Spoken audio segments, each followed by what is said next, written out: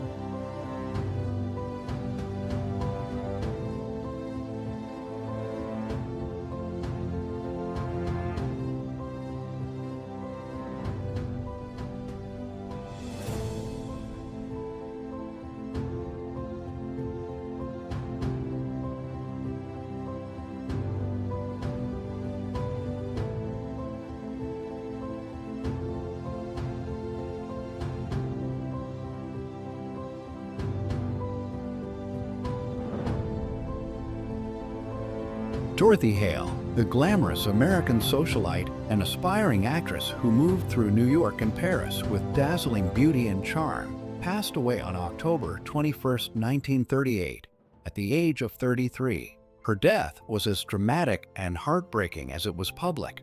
After years of personal losses, failed auditions, mounting debts, and a broken engagement with President Roosevelt's top advisor Harry Hopkins, Dorothy returned alone to her 16th floor apartment at Hampshire House in the early hours after an evening at the theater and a small farewell party. Typed a stack of goodbye notes and, still dressed in her black velvet gown with a corsage of yellow roses, leapt from her window into the darkness of Central Park South.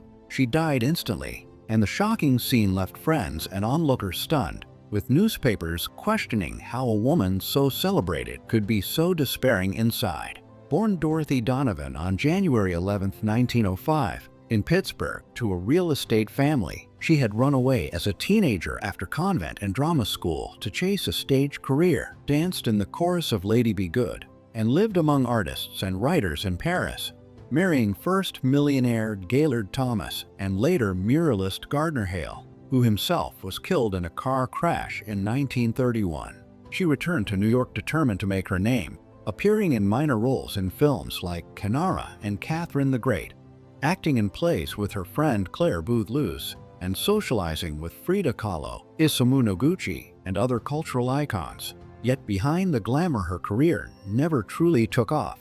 Her finances collapsed, and her closest friends, like actress Rosamund Pinchot, also died by suicide. After Dorothy's own tragic fall, Luce commissioned Frida Kahlo to paint the suicide of Dorothy Hale, a haunting retableau that records the stages of her final moments and keeps her from being forgotten. Even now, that painting and the stories told about her mark the contrast between the glittering world she lived in and the silent pain that finally consumed her, making her a lasting and cautionary symbol of the hidden struggles behind high society's bright lights.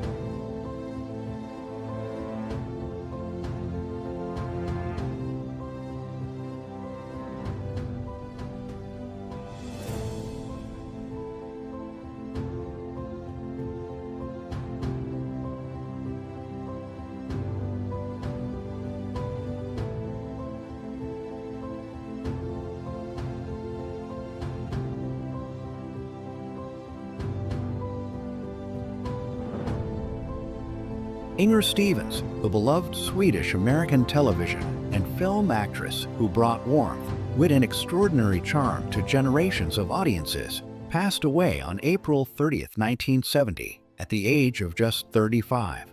Her death was a devastating and deeply shocking moment in Hollywood.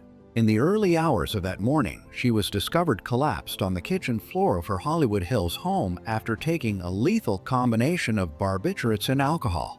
She was still conscious when her friend found her, whispering weakly for help, but she slipped into unconsciousness before the ambulance arrived and was pronounced dead on the way to the hospital. For fans who had followed her gentle smile and steady climb from supporting roles to major stardom, the news felt incomprehensible, made even more tragic by the knowledge that she had survived a previous suicide attempt years earlier and seemed to be entering a promising new chapter in her career. Born Ingrid Stenslund on October 18, 1934, in Stockholm, Sweden, Inger's early life was marked by upheaval when her parents separated and her father brought her and her brother to Kansas, where she struggled to fit in and endured loneliness and hardship.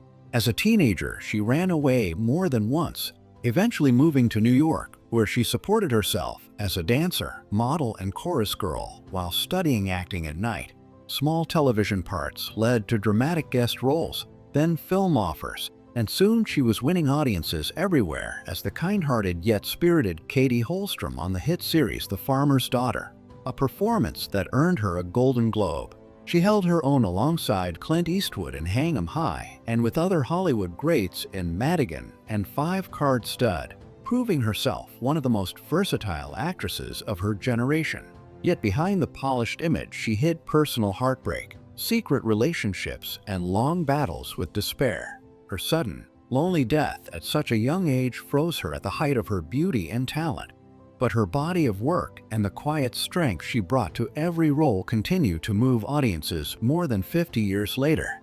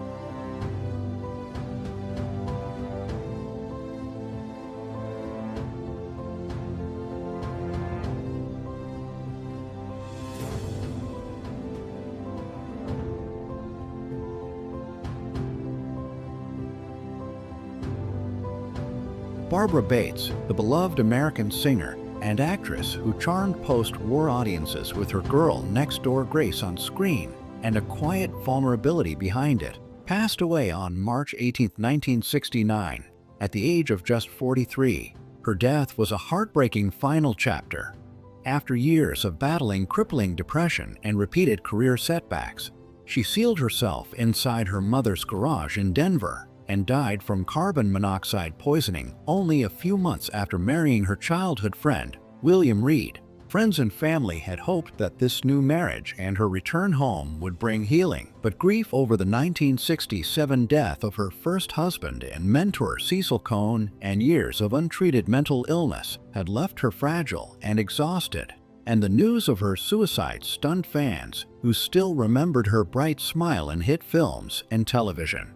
Born Barbara Jane Bates on August 6, 1925, in Denver, Colorado, she was the eldest of three daughters, a shy ballet student who worked as a teen fashion model before being persuaded to enter a local beauty contest. Winning that contest earned her 2 train tickets to Hollywood, where fate intervened when she met publicist Cecil Cohn, who guided her career and later became her husband. In 1944, she signed with Universal Pictures, debuting as one of the 7 Salome girls in Salome Where She Danced, and by 1947 Warner Bros. Had molded her into a wholesome ingenue opposite stars like Bette Davis in June Bride and Danny Kaye in The Inspector General. Although often cast in light parts and pin-up layouts she disliked, Bates broke through when 20th Century Fox gave her the small but unforgettable role of Phoebe in All About Eve 1950, the scheming young fan in the film's famous closing shot, and soon after she became Katie Morgan on NBC's It's a Great Life 1954-56. Yet even at her peak, she wrestled with insecurity, mood swings, and ill health. She was written out of her television series, dropped from contracts in England, and by the late 1950s was taking only sporadic work while nursing Cohn through cancer. After his death, she drifted back to Denver, taking secretarial and hospital jobs and trying to rebuild her life out of the public eye. Her tragic end in 1969 froze her as the beautiful, troubled starlet of All About Eve. But the memory of that last mirror scene, her poised image holding Eve Harrington's trophy, and her gentle performances in Cheaper by the Dozen, Bells on Their Toes, and other films have kept her legacy alive as a poignant symbol of both Hollywood promise and the hidden cost of fame.